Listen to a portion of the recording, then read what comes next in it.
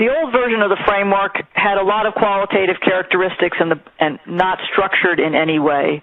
And the board decided it would be more helpful for people to understand the framework and to apply the framework if we categorize them so you can think about them in groups, which is why we have the two fundamental characteristics that I just described.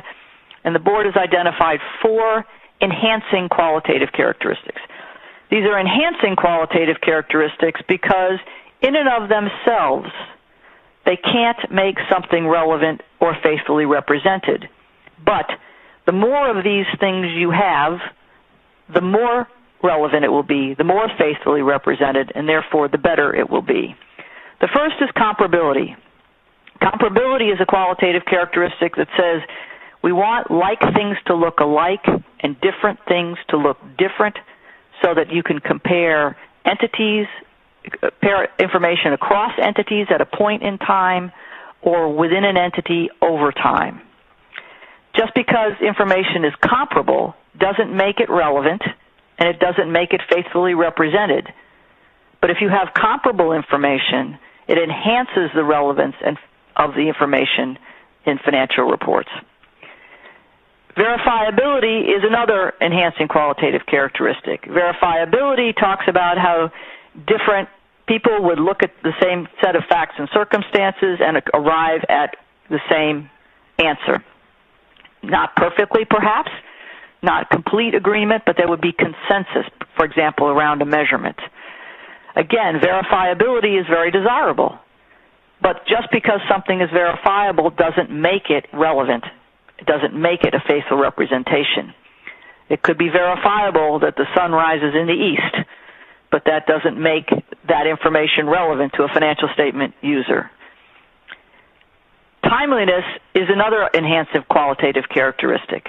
More timely information is better than less timely information.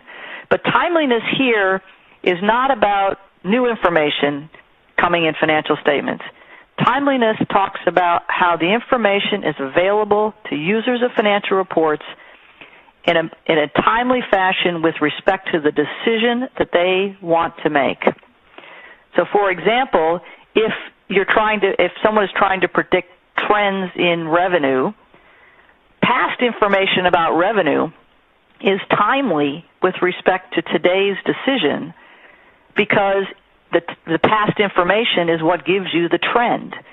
So last year's revenue and the year before's revenue and the years before revenue is timely with respect to today's decision, even though the revenue was in the past.